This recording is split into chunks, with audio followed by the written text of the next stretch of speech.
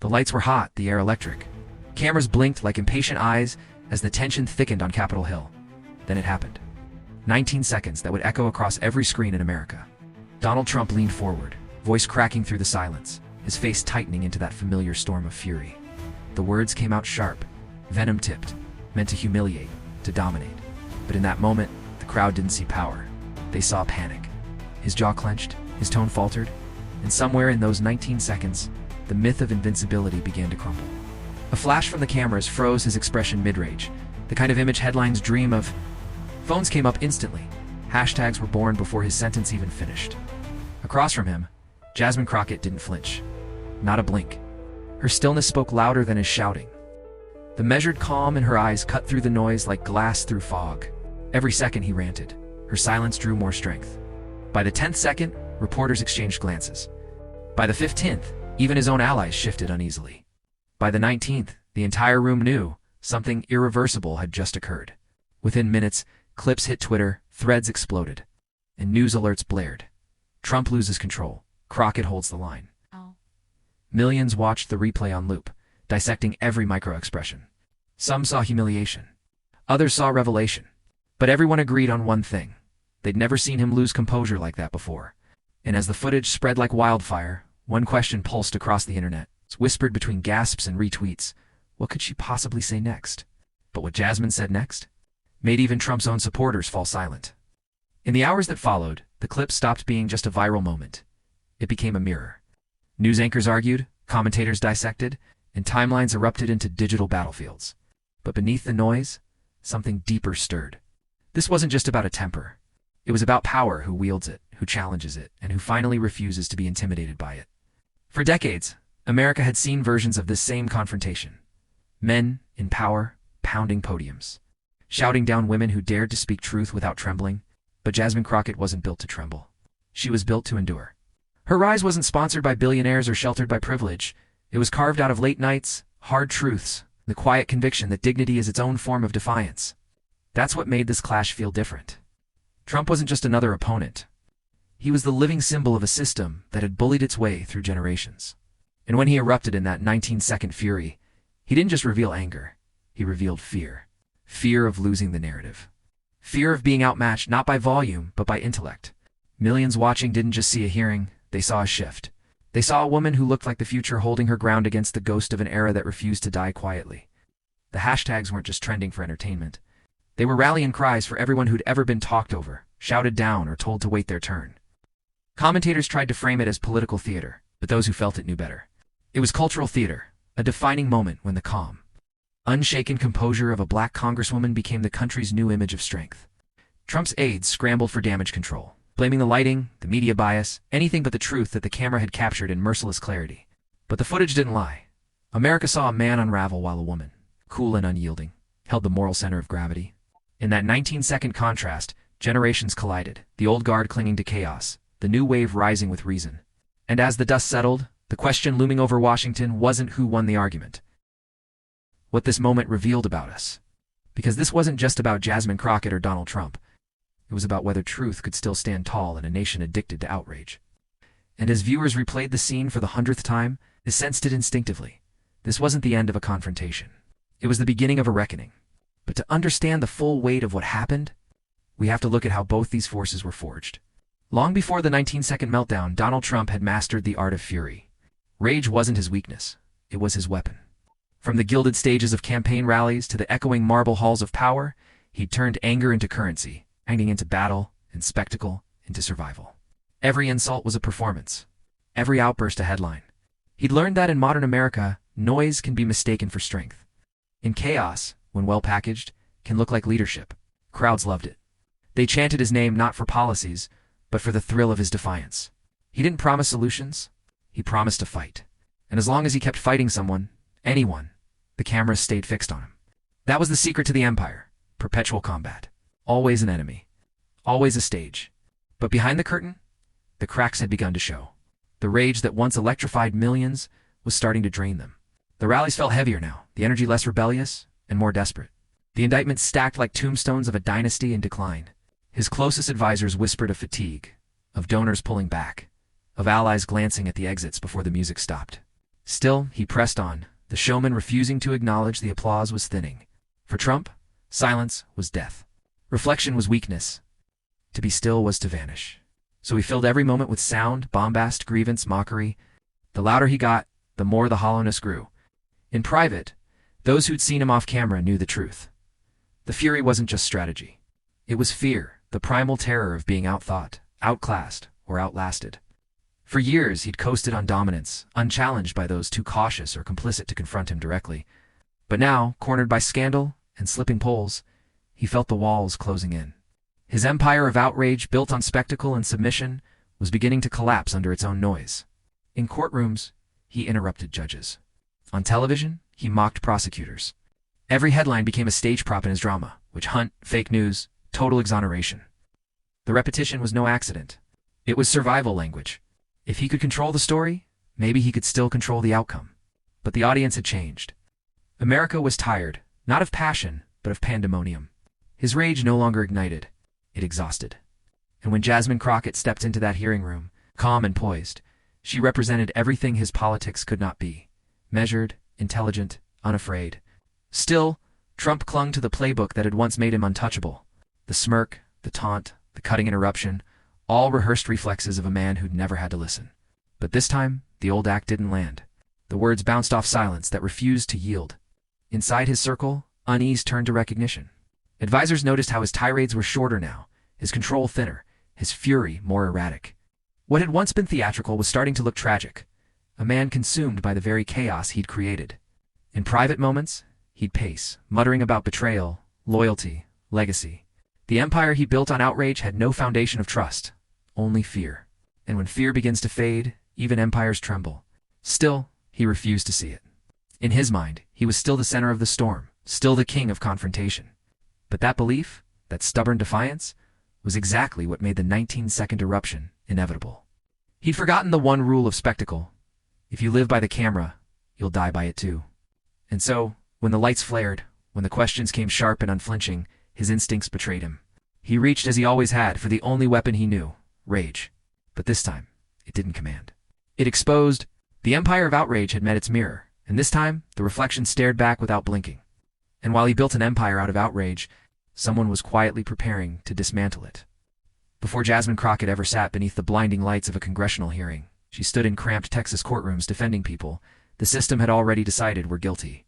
The air in those rooms was thick with resignation, overworked public defenders, weary judges, frightened clients clinging to scraps of hope. But Jasmine walked in differently.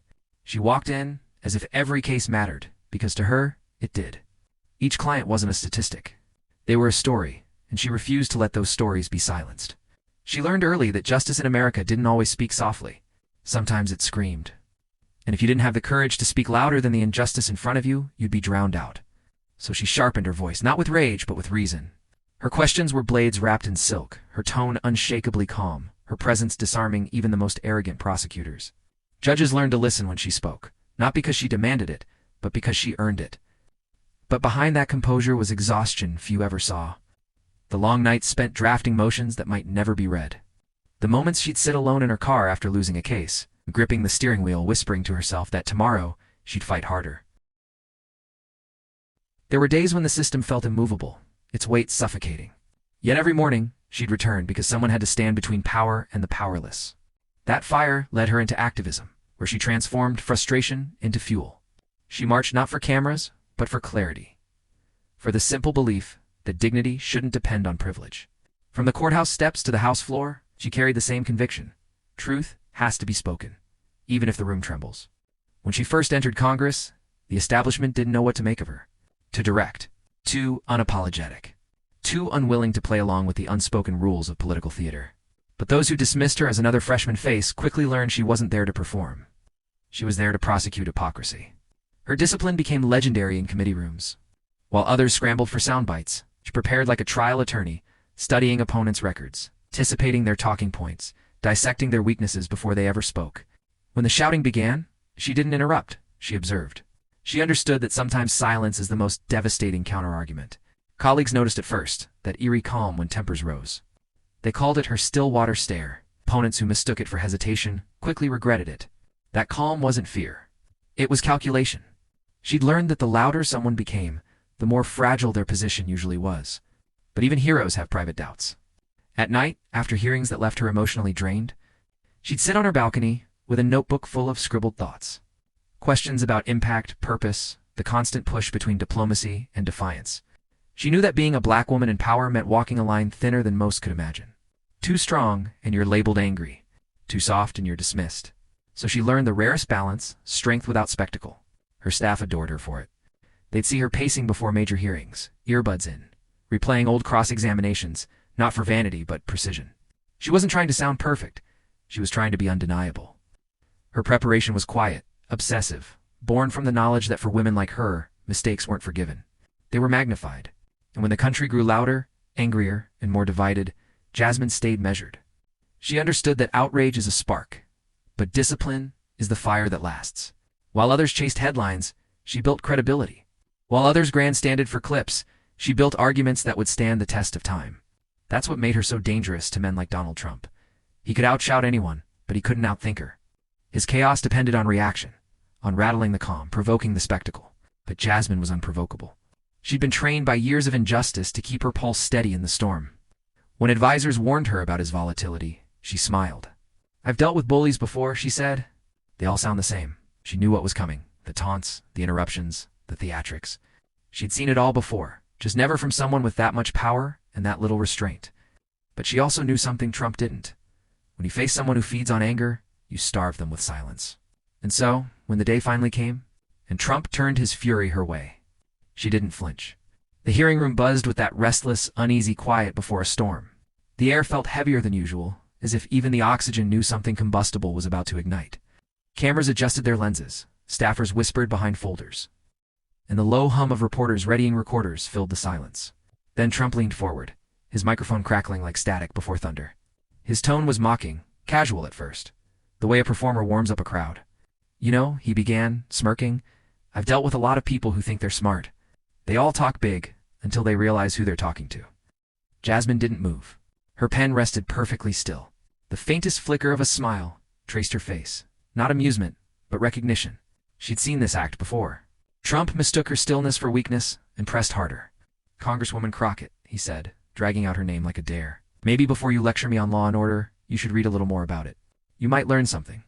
Laughter rippled faintly from his supporters seated behind him, but it died quickly. Jasmine hadn't reacted. Not a flinch, not a blink.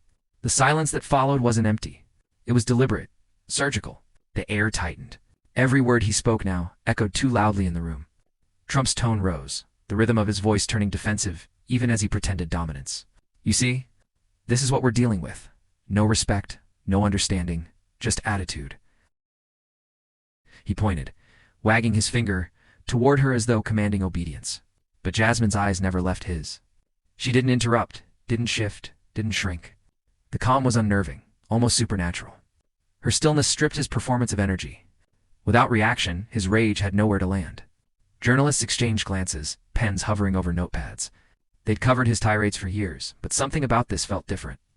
It wasn't loud versus louder. It was noise crashing against a wall of absolute composure. The microphones picked up the faint feedback hum of a system under too much pressure. Somewhere in the back row, a cough broke the silence, then nothing. The room seemed to hold its breath. Trump, growing restless, leaned closer to his mic. "What's the matter? Cat got your tongue?" He chuckled, expecting laughter. None came. The smirk faltered.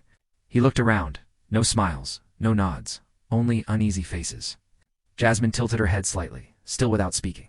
The subtle motion carried more power than his entire rant. It said everything you've already lost. The tension was suffocating now. Every second stretched longer than the last. Trump shifted in his seat, muttering something about disrespect. His voice suddenly small in the vastness of the silence. Camera zoomed closer, the tightness in his jaw, the twitch at the corner of his eye, the faint sheen of sweat beneath the lights. And there she sat, the calm center of the chaos, the mirror he couldn't distort. The journalists scribbled furiously. Some described the moment as eerily still, others as otherworldly control. But every one of them knew they were witnessing something historic. The unraveling of a man who had built his identity on dominance. Trump finally leaned back, exhaling through a forced smile, pretending victory in a fight that hadn't even begun. The audience knew better. The silence wasn't surrender. It was strategy. Then Jasmine leaned forward, her voice soft but steady, slicing through the heavy air. And then, with just a few words, she detonated the entire illusion. The silence before Jasmine spoke was the kind that stretches time, every breath, every heartbeat amplified. The tension in the hearing room had reached its peak. Trump's smirk lingered, the smug grin of a man certain he'd won. Cameras focused in tight. Staffers froze mid. Reporters hovered, pens suspended, waiting for whatever would come next. Jasmine leaned toward her microphone, calm and deliberate. No theatrics. No raised voice. Just that clear, level tone that seemed to slice through the chaos. "Mr. Trump," she began, and even the way she said his name, slow, measured, without the faintest tremor, shifted the entire atmosphere. The power dynamic inverted in an instant. He blinked. The grin wavered. Somewhere in the back row, a camera clicked, a single flash marking the beginning of a moment that would be replayed millions of times. "You've made a career," she said, "out of calling people names, out of belittling anyone who challenges you. You've turned shouting into strategy and arrogance into armor. But what you don't seem to understand," she paused, letting the silence fill the space, "is that volume isn't the same as strength, and fear isn't the same as leadership." A murmur rippled through the crowd, not loud but electric. Trump shifted in his chair, about to interrupt, but she raised a single finger slightly, not as a command, but as a cue. "Your turn is over." "You told this country," she continued, eyes never leaving his, "that only you could fix it. But what have you fixed other than the mirrors you stand in front of? Every time you feel cornered, you lash out. Every time truth gets close, you attack the person who speaks it. That's not power, Mr. Trump. That's panic. The kind that come when something true finally pierces the performance." Trump's face tightened, his mouth opening, but no sound came. The room wasn't his anymore. The spotlight that once obeyed him now betrayed him. Every movement, every twitch, every flicker of his eyes was captured and broadcast live to a nation that had seen this act too many times before. Jasmine leaned closer, her voice softening, almost sympathetic. "You know, when you shout at people long enough, you start to believe the noise protects you. But it doesn't. It just tells everyone else what you're afraid of." For a fraction of a second, Trump looked stunned. The cameras caught it, the moment the performance cracked. She pressed on, each word steady as a metronome. "You're afraid of anyone who won't kneel. You're afraid of being told no. And most of all, you're afraid that one day, someone will stand here, look you in the eye, and not flinch." That was it. The sentence that detonated across the internet before she even finished speaking. "You're afraid of anyone who won't kneel." The hearing room erupted, not in applause, but in that visceral, stunned silence that means history just happened. You could feel the collective intake of breath. The awareness that something irreversible had been said, something too true to be unsaid. For 19 seconds, the world seemed to stop. Trump's face hardened, but his eyes betrayed the panic his mouth tried to hide. "You're out of line," he stammered, pointing again, the old reflex returning. That's disrespectful." But the words came out weak, stripped of their usual venom. Jasmine didn't reply. She didn't need to. Her silence now wasn't defensive, it was final. A photographer's shutter clicked in rhythm, capturing each phase of his unraveling. By the time he tried to recover with a forced laugh, the cameras had already moved, from him to her. It was over and everyone in that room knew it. Reporters scrambled for their phones. Hashtags formed mid-sentence. Hashtag Crockett19, hashtag RageCaughtLive, hashtag Truth Over Noise. Within minutes, clips flooded every feed. TikTok edits synced her words to cinematic music. Twitter threads called it the calmest takedown in congressional history. IM's reactions, GIFs, all orbiting around the same 19 seconds that flipped the hierarchy of fear in American politics. On cable news, anchors interrupted segments to replay the footage. "Let's go back," one said, "and watch the moment again. Right here. Right here. Look at his face." Pundits tried to spin it, tried to soften it, but the truth was undeniable. Trump had been beaten. Not by a louder opponent, but by someone who refused to shout. Commentators called it poetic justice. Supporters called it bravery. But to those who understood power, it was something even deeper. A transfer. For years, Trump's strength had come from spectacle.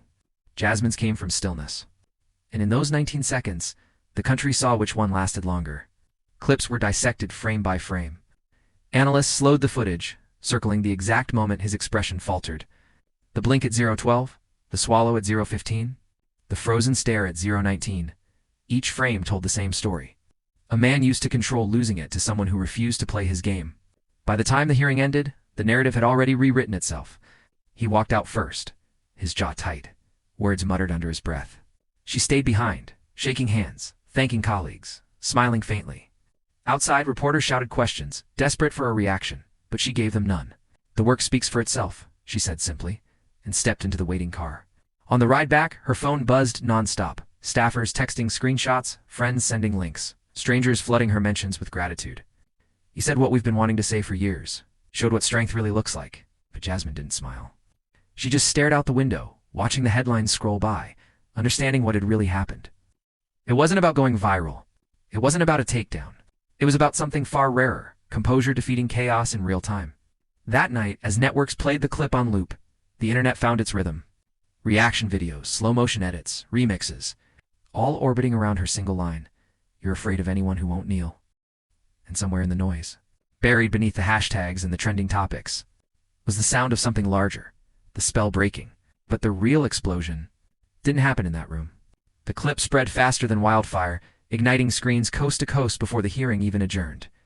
Within hours, the 19-second exchange had become the pulse of the internet. On TikTok, creators replayed Jasmine's calm stare, syncing it to dramatic soundtracks and freeze-framing Trump's faltering expression like a scene from a political thriller. On Twitter, or whatever name it was going by now, hashtags trended at light speed. Hashtag Crockett19, hashtag Composure wins, hashtag The Look. Every timeline, every newsfeed, every group chat buzzed with the same stunned refrain. "Did you see her face when he yelled?" On late-night TV, hosts could hardly contain their glee. One opened with a mock countdown timer, 19 seconds that broke the internet, and maybe Trump's ego. Laughter erupted from the studio audience. Another monologue showed the clip slowed to half-speed, looping Jasmine's steady expression as the crowd roared. "That's not silence," the host said between chuckles. "That's judgment wrapped in grace." But beyond the comedy, something deeper was happening. Commentators across the spectrum dissected the moment with forensic precision: tone, posture, word choice, pacing. One analyst called it a masterclass in psychological control. Another labeled it the exact opposite of how women of color are expected to respond in power confrontations. And that's why it rattled him. The reaction was more than viral entertainment. It was cultural introspection disguised as spectacle. Supporters flooded Jasmine's socials, her inbox filled with messages from teachers, nurses, single parents, people who saw themselves in her restraint. "You didn't just answer him," one message read. "You answered for us," another said. "That wasn't just politics. That was therapy." Meanwhile, Trump's camp scrambled. Within an hour of the clip trending, his Truth Social account lit up in a storm of all-caps fury. "Totally disrespectful Congresswoman." One post screamed. "Media twisting everything. Fake narrative," another insisted. But the damage was done. Every defensive word only fueled the meme cycle. Screenshots of his outbursts appeared side by side with Jasmine's unbothered expression. Chaos versus calm, noise versus poise. Cable networks seized the contrast. One montage became iconic overnight. Trump's angry red-faced gestures fading into Jasmine's still, focused eyes. No narration. No commentary. Just silence after noise. Political allies tried to rewrite the story. He was provoked, they claimed. She was grandstanding. But even conservative pundits struggled to keep the spin consistent. One honor commentator hesitated mid-sentence, then sighed. "Look, it didn't look good," he admitted. The clip didn't need partisanship to be understood. It was self-evident. At coffee shops, people replayed it between sips. In classrooms, debate teachers used it as a real-time example of composure under pressure. Even in corporate boardrooms, leadership coaches referenced Jasmine's demeanor. "Control the temperature of the room," they'd say. Don't let the loudest voice set the tone. Confrontation became shorthand for something larger. How truth behaves when provoked by ego. News outlets published think pieces overnight. The Guardian called it a turning point in the performance of political power. The Atlantic dubbed it the moment composure became a weapon. Even international media picked it up. Commentators in London, Nairobi, and Seoul comparing the exchange to a global archetype, the poised reformer versus the blustering empire. But the real shift was emotional. Viewers who had long felt unseen, immigrants, young activists, working mothers, saw in Jasmine not just defiance, but balance. She wasn't loud. She wasn't dismissive. She was the living proof that grace could be a form of resistance. And as Trump's surrogates fumbled through interviews, his own image fractured further. The empire of outrage that once made him untouchable suddenly looked fragile, dependent on volume, allergic to silence. For the first time in years, it wasn't his words driving the headlines. It was someone else's stillness.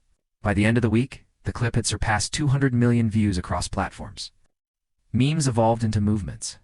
Shirts appeared with quotes from Jasmine's line, "You're afraid of anyone who won't kneel." Hashtags turned into hashtags of pride, empowerment, and quiet rebellion. But in the noise of victory, one truth lingered. This wasn't just about two people on opposite sides of a table. It was a mirror held up to a nation, reflecting who shouts, who listens, and who finally speaks with clarity when chaos demands a reaction. And somewhere beneath the viral glow, amid the applause and outrage, quite a realization spread. Something deeper had shifted. Power no longer looked the same. But Jasmine's victory wasn't just viral, it was symbolic.